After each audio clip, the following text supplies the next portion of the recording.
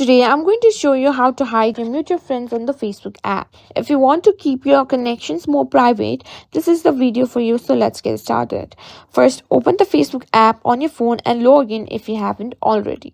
Once you're logged in, tap on your profile icon in the top left corner to access your profile. Next, tap on the three horizontal lines in the bottom right corner to open the menu. Scroll down and select Settings and Privacy. Then tap on Settings.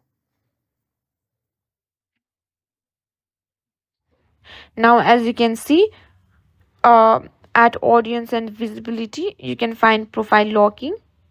Simply lock your profile.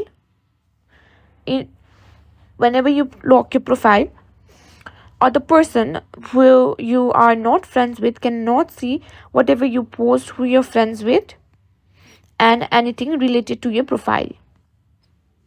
Now, to simply access more privacy, simply search for privacy settings,